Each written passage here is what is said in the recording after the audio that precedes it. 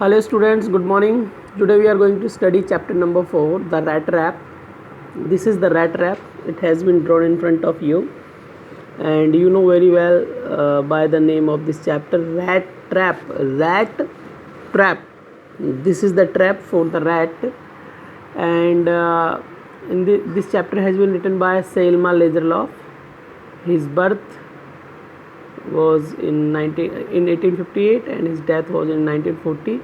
His date of birth place, his date of birth place not it, his birth place जो था वो Sweden से थे. उसका जो बर्थ प्लेस था वो स्वीडन था.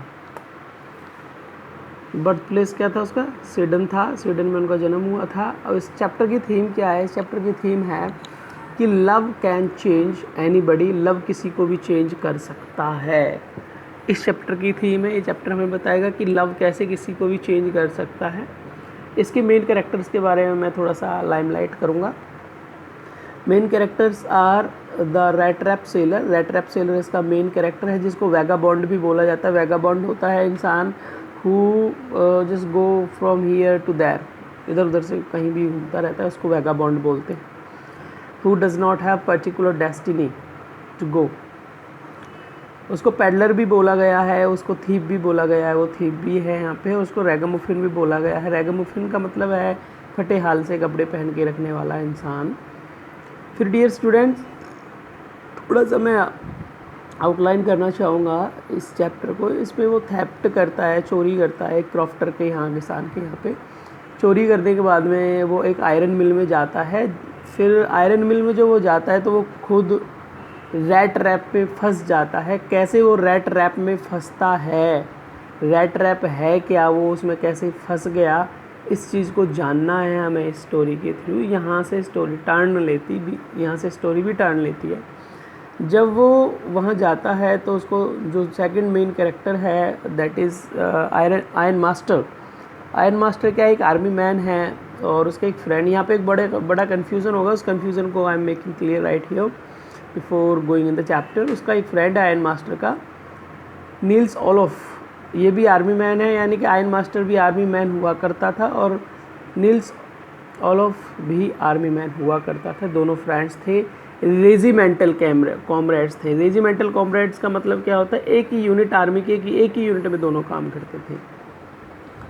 After that will study in it कि जो आयरन मास्टर है वो पैडलर को फ्रेंड समझता है. उसको पैडलर को फ्रेंड समझता है. कैसे? By mistake. कैसे समझता है उसको फ्रेंड? By mistake. देखो मिस्टेक को मिस्टेक करके लिखा हुआ है so that he can understand it. And फिर उसको इनवाइट करता है अपने होम पर, कि मतलब कंफ्यूज हो जाता है वो. बाय मिस्टेक उसको अपना फ्रेंड समझ लेता है. कॉमरेड अपना जो नील्स ओलोफ समझ लेता है. किसको? पैडलर को. और उसको अपने घर पे इनवाइट करता है. फिर स्टोरी टर्न लेती है. फिर उसके बाद में एक और मेन कैरेक्टर इस चैप्टर में है एडला विल्मनसन. उसका फुल नेम है. एडला जो है डॉटर ऑफ आयरन मास्टर है. और रीज़न यही जो लड़की है एडला, यही रीज़न है to the end of the story. इस स्टोरी के एंड तक यही लेके जाती है. और इस स्टोरी से जो मोरल सीखते हैं वो एडला का उसमें बहुत बड़ा पार्ट होता है. उसके बाद my dear, as usual we have to go through the difficult word meanings. I will not tell you, if I will tell you all the word meanings it will take long time. I have written them in easy language so you can learn them. After learning you will understand the chapter easily. ये सारी word meanings आप एक बार या एक नज़र से देख सकते हैं. ये वर्ड मीनिंग्स जो मैं आपको आज पढ़ाने वाला हूँ उसमें आएंगे. और कुछ और भी वर्ड मीनिंग्स होंगे. I will be telling you right there. Dear students, इस चैप्टर के मेन कैरेक्टर से इंट्रोडक्शन के बाद में हम इस चैप्टर को पढ़ना शुरू करते हैं. देखिए हम यहाँ से पढ़ना शुरू करेंगे इसको. चैप्टर की शुरुआत है. Once upon a time there was a man who went around selling small rat traps of wire. एक बार एक ऐसा आदमी था जो स्मॉल रैट ट्रैप वायर से जिनको बनाता था. वायर से बने हुए रैट ट्रैप थे, चूहेदानी जिसको हम बोलते हैं, उनको बेचने के लिए वो बाहर जाता था. He made them himself. उनको खुद ही बनाता था. At odd moments. At odd moment मतलब कभी कभी बनाता था, not often. From the material he got by begging in the stores और एट द बिग फॉर्म्स, ये बड़े बड़े फॉर्म होते थे या किसी स्टोर से वो भीख मांग के लाता था, उसको जो वायर मिल जाते थे उन वायर से वो रैट ट्रैप बनाया करता था। बट इवन सो, लेकिन ऐसा करते हुए भी the business was not specially profitable. जो ये काम करता था चूहेदानी बनाने का, वो प्रॉफिटेबल बिजनेस नहीं था उसके लिए, लाभदायक बिजनेस नहीं था उसके लिए। So he had to resort to both begging and petting. इसलिए उसने एक रिसोर्ट कर लिया, एक अपनी पक्की थॉट बना ली, उसने फोर्स अपने आप को किया कि वो बैगिंग भी करेगा एंड पैटी थीवरी, और वो तुच्छ सी चोरी का काम भी करेगा, तुच्छ सा काम जो है टू पैटी थीवरी बोला गया भाई। पैटी थीवरी मतलब तुच्छ सी चोरी भी करेगा वो। To keep body and soul together, देखिए to keep body and soul together ये एक फ्रेज़ है और इसका मतलब है जीवित रहने के लिए, जिंदा रहने के लिए वो चोरी भी करेगा और बैगिंग का काम भी करेगा, वही कह रहा है। इवन सो, ऐसा करते हुए भी हिज क्लॉथ्स वर इन रैग्स, उसके जो कपड़े थे फटे पुराने से थे, है ना। फिर वो कहता है हिज चीक्स वर संकन, उसके जो चीक्स थे वो संकन थे, अंदर की तरफ डूबे हुए थे। संकन मतलब चीक्स वर इनसाइड, अंदर चीक थे उसके। And hunger gleamed in his eyes, और जो भूख थी ना वो तो उसकी आंखों से ही दिखाई दे जाती थी। उसकी आंखों को देखते ही ऐसा लगता था कि ये तो कितना भूखा है बेचारा सा। फिर देखिए वो कहता है no one can imagine how sad and monotonous life can appear to such a vagabond. कोई भी इस चीज़ को इमेजिन नहीं कर सकता, इस तरीके का जो वैगाबॉन्ड था उसके लिए लाइफ कितनी मोनोटोनस थी। मोनोटोनस का मतलब दुखदाई थी, निरस थी, सैड थी। Who plods along the road, जो रोड पे प्लॉट करता रहता था, घूमता रहता था। Left to his own meditations, अपने विचारों में खोया रहता था वो। और वो कहता but one day this man had fallen into a line of thought, एक दिन ये आदमी गहरे विचारों में खो गया। Which really seem to him entertaining, और वो विचार उसको वास्तव में बहुत एंटरटेनिंग लग रहे थे, मनोरंजक लग रहे थे। He had naturally been thinking of his rat trap, वो नेचुरली उसका जो रैट रैप था उसके बारे में सोचना उसने शुरू कर दिया। वैन सडनली, जब अचानक, he was struck by the idea, उसके दिमाग में एक आइडिया आया that the whole world about him, क्योंकि जो पूरा संसार था उसके बारे में, the whole world with its lands and seas, जो पूरा संसार था उसकी जो सारी ज़मीन थी या सीज थे, इट्स टीज, संसार की स्टीज थी या विलेजेस थे, वॉज नथिंग, वो कुछ भी नहीं था उसके लिए। But a big rat trap, उसके लिए एक बड़ा रैट रैप था। यानी कि वो सोचता था ये संसार ना उसके लिए एक चूहेदानी के समान है, ऐसा उसने सोचना शुरू कर दिया। It never existed for any other purpose, वो कहता है ये और किसी दूसरे पर्पज़ के लिए एग्जिस्ट नहीं करते हैं than to set bait for people. ये कहता है कि ये जो संसार की चीज़ें हैं, विलेज, सारी चीज़ें हैं, ये सारी चीज़ें तो संसार के जो लोग हैं उनके लिए बैट सेट करने का काम करते हैं। यानी कि जैसे लालच लगा देते हैं ना, किसी को चूहे को पकड़ने के लिए लालच लगा दे, चीज़ लगा दिया या फिर कोई मांस का टुकड़ा लगा दिया ताकि चूहा उसको खाने के लिए आए और उसमें पकड़ा जाए।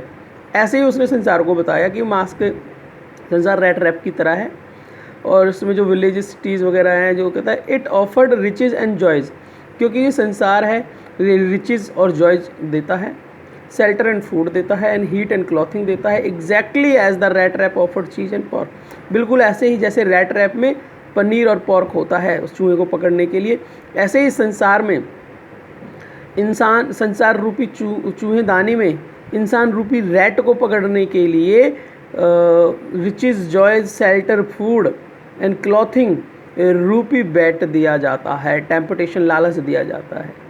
And as soon as anyone let himself be tempted to touch the bait, वो कहता है और जैसे ही कोई भी अपने आप को ललायत करता है, टेम्प्ट करता है टू टच द बेट, इस बेट को लेने के लिए, ऐसो आराम को प्राप्त करने के लिए, it closed in on him, तो ये जो चूहेदानी है उसको बंद कर देती है, यानी कि संसार रूपी चूहेदानी उसको बंद कर देती है और वो फंस जाता है।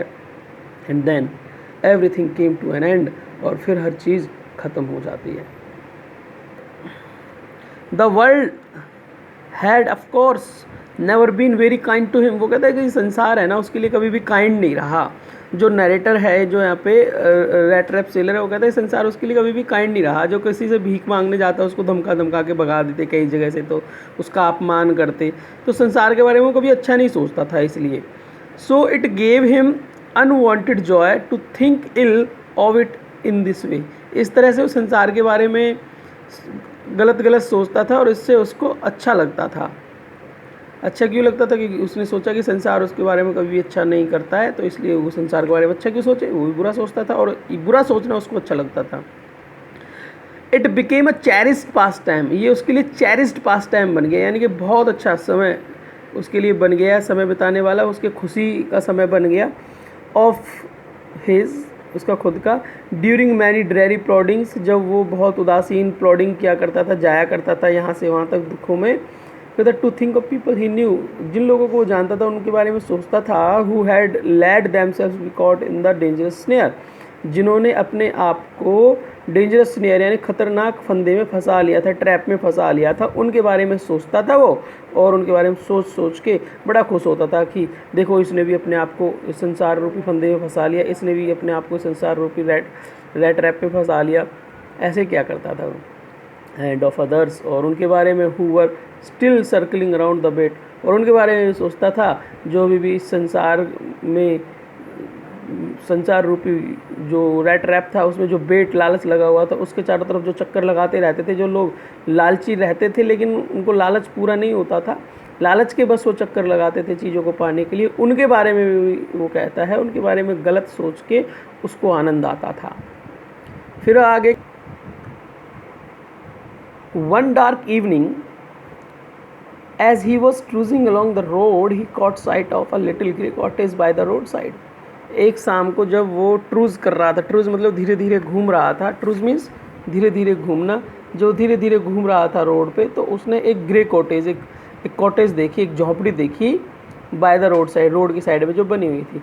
And he knocked on the door to ask shelter for the night, और उसने उस कॉटेज के पे गया और वहाँ पे नॉक किया, खटखटाया, ताकि उसको रात में शरण मिल जाए, शेल्टर में शरण मिल जाए, शरण लेने के लिए उसने वहाँ पे नॉकिंग की। नॉर वॉज ही रिफ्यूज्ड, लेकिन उसको वहाँ पे रिफ्यूज़ नहीं किया गया भाई, उसको वहाँ पे शरण दे दी गई। इंस्टेड ऑफ द सोर फेसेस विच ऑर्डनरी मैट हिम, यानी कि कई बार जब वो किसी के घर भीख मांगने जाता था, लोग उसके ऊपर मुँह सा चढ़ा के उससे चल यहाँ से यहाँ आ जाते हो मांगने के लिए, ऐसे कहते थे, ऐसा उसने यहाँ फेस नहीं किया इस कॉटेज पे। The owner who was an old man, इस कॉटेज का जो ओनर था वो ओल्ड मैन था, विदाउट वाइफ और चाइल्ड, ना तो उसके बच्चे थे ना ही पत्नी थी, वो अकेला ही रहता था। Was happy to get someone to talk to in his loneliness, वो तो बड़ा खुश हुआ यार, कोई आ गया मुझसे बात करने के लिए, वो बड़ा खुश हुआ कि उसके अकेलेपन में कोई तो आया उससे बात करने के लिए। Immediately he put the porridge pot on the fire, उसने क्या किया, जल्दी सी पॉरिज पॉट, जो दलिया का भगोना था, उसने उसको आग पे रख दिया, चूल्हे पे रख दिया। एंड गेव हिम सपर, और उसको दलिया बना के खिलाया, भाई शाम का खाना खिलाया उसने। Then he carved off such a big slice from his tobacco roll, उसका जो टोबैको रोल था जहाँ उसने तम्बाकू रखा हुआ था, उसमें से थोड़ा सा तम्बाकू निकाला। That it was enough both for the strangers pipe and his own, जो तम्बाकू उसके खुद के पाइप के लिए, और जो स्ट्रेंजर था जो उसके घर पे आए थे यानी कि पैडलर, उसके रैट रैप सेलर, उसको थोड़ा सा तम्बाकू दे दिया, खुद ने भी थोड़ा तम्बाकू रख लिया अपने पाइप में, सिगार में, और उन्होंने पीना शुरू कर दिया। Finally got out an old pack of cards, finally उसने क्या किया, लास्ट में उसने कार्ड्स, ताश के कुछ पत्ते निकाले, एंड प्लेड मेजोलिस, और उन्होंने मेजोलिस गेम वहाँ पे खेला with his guest until bed time, है ना, अपने गेस्ट के साथ जब तक उसको नींद नहीं आई तब तक वो मेजोलिस खेलता रहा। माय डियर, जैसे कि गेम का नाम यहाँ पे मेजोलिस है, छोटे छोटे क्वेश्चन जो इसमें बनते हैं ना, सपर में क्या दिया था, पॉरिज दिया था, ये छोटे छोटे से क्वेश्चंस यहाँ पे बनते हैं। तो where did he see the cottage, what was the colour of the cottage, छोटे छोटे क्वेश्चन जो बनते हैं एमसीक्यूज़ में आपसे पूछे जा सकते हैं, इसलिए you have to pay attention on the little things of the chapter. If you have any doubt you can ask me any time making call, but and as usual we have to do comprehension from this. At least we have to write down 10 questions from this chapter and write down summary, and I will give you some questions, you will do those questions as well.